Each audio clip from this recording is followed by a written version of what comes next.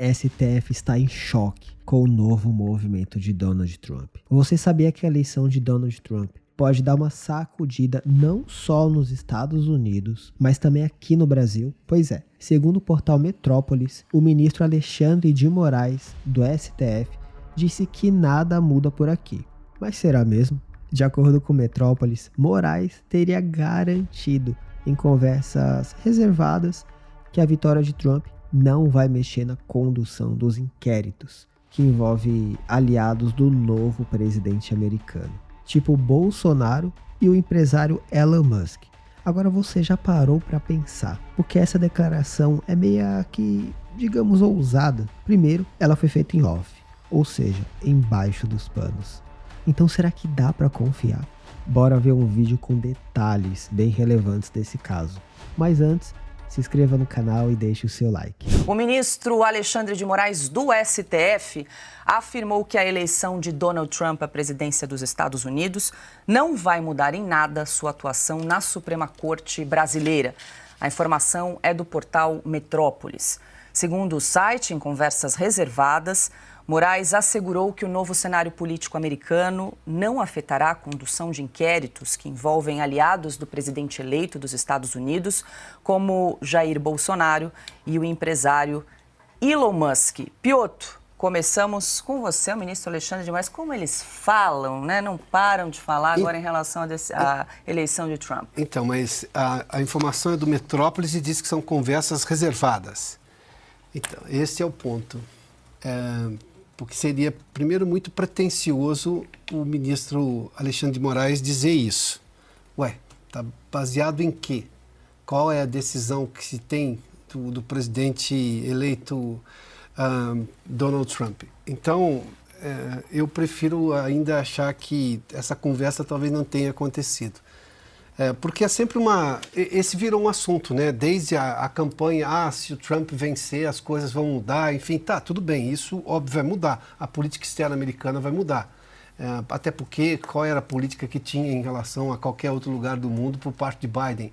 Tinha uma política caótica e às vezes tinha política nenhuma, porque não estava tomando decisão, né?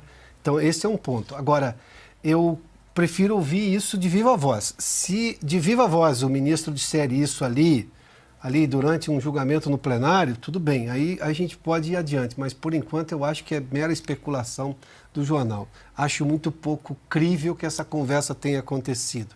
Seria pretensioso e um erro político também, porque primeiro, vai mudar o quê? O que ele acha que poderia ser mudado? Então ele estaria admitindo, por exemplo, que tem coisas que foram só política, não foi nada jurídico.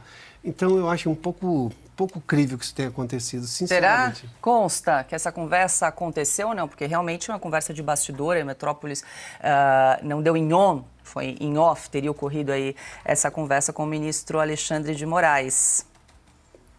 Eu não sei se eu concordo com o Piotr pelo seguinte, eu acho que esses ministros do Supremo Tribunal Federal Brasileiro já perderam o pudor faz tempo. Eles já agem como agentes políticos há muito tempo e não escondem mais. Nós derrotamos o bolsonarismo, perdeu o mané numa mola, né? É um tribunal político mesmo e não tem mais nada a ver com direito, com lei e com Constituição. Então, ele está respondendo como um político. Eu acho crível que ele tenha mandado recado pelo Metrópolis, eu só acho estranho que não seja por aquela outra emissora. Mas eu acho crível, sim, ele mandar recadinho do tipo, tô firme e forte aqui.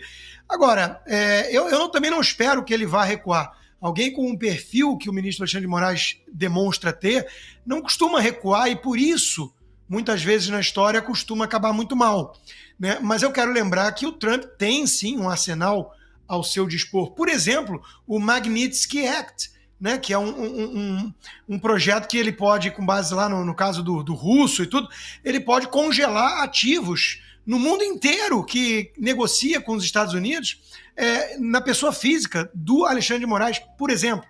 Né? Imagina o outro ministro, o Pavão, o Supremo, que gosta muito de vir aqui para Miami, para Key Biscayne, um apartamento multimilionário, né, que está no nome de um trust, mas a gente sabe de quem ele talvez tenha que se contentar com um Caracas, com Havana, que não é o mesmo charme, não tem a mesma infraestrutura, talvez em Varadeiro ele consiga curtir uma boa praia, mas não é Key Biscayne. Então, Paula, eu acho sim que os ministros estão mandando um recadinho pela imprensa, pela sua assessoria informal, já tentando sinalizar que estão tranquilos e que vão seguir o rumo da perseguição política no Brasil, da censura e por aí vai. Mas eu acho que vai ter consequências. Eu, pelo menos, espero que sim. Neste ponto, eu acredito, via Departamento de Justiça, apenas aplicando a lei americana. Isso os americanos não pensam, óbvio que sim. Você tem aqui, por exemplo, perseguição ao empresário americano. Por qual razão? Baseado na lei ou numa interpretação completamente equivocada? Ou meramente política de perseguição? Este é um ponto. O que, por exemplo, foi feito na visão do Supremo, vamos só para pegar o caso mais recente, em relação a Starlink, ter os ativos dela congelados aqui no Brasil para pagar uma multa do X. Esse é o tipo de coisa que, obviamente, o governo americano não vai permitir sob Donald Trump, via Departamento de Justiça. Quanto a isso, eu não tenho dúvida alguma que vai ocorrer e vai se intensificar, coisa que não foi feita até recentemente, pelas posturas políticas do Elon Musk, que a Casa Branca de Joe Biden discordava, ou sei lá, não tinha ali a proximidade suficiente para isso. O que também sugere que a Casa Branca deixou de defender o interesse americano. E diante de uma arbitrariedade, porque nós dissemos aqui, os juristas brasileiros todos concordam que foi arbitrário. O que eu não consigo ainda, e não tenho por que imaginar que essa conversa existiu, de que o ministro, olha, não vou fazer. Isso eu prefiro ouvir de viva voz. É o tipo de coisa que, a menos que conte para mim reservadamente, eu tenho uma certa dificuldade de repórter de Brasília que diz assim, ouvi tal coisa. Interlocutores 34 disseram. anos de jornalismo ensinam alguma coisa para você. Agora eu vou jogar para o Caute, que é o voto de Minerva. Caute, você acha que essa conversa aconteceu ou não? Moraes ele estaria usando o veículo para mandar algum recado? Como é que você enxerga essa situação? Mas com certeza aconteceu, não só com o Metrópolis, porque eu estava dando uma olhada também na Folha e também tava uma colunista da Folha estava dizendo que os ministros estão fazendo piadas com essa questão de quem vai perder antes o visto para os Estados Unidos. O Supremo desmentiu isso depois. Mas, sim, mas é aquela coisa de vamos falar, depois a gente desmente, mas esse negócio, evidentemente, falaram internamente nos chats internos e alguém vazou essa informação. Mas com certeza eles estão preocupados. Até que não imediatamente pela atuação do Departamento de Estado, que tem outros problemas muito mais graves para se interessar, e vai demorar alguns meses para fazer o spoil system, para fazer a transição, para entender o que está acontecendo. Então falamos disso eventualmente no segundo semestre de 2025. Mas a eleição de Trump e essa vitória são um problema para o Supremo naquilo que pode acontecer no Senado em 2026.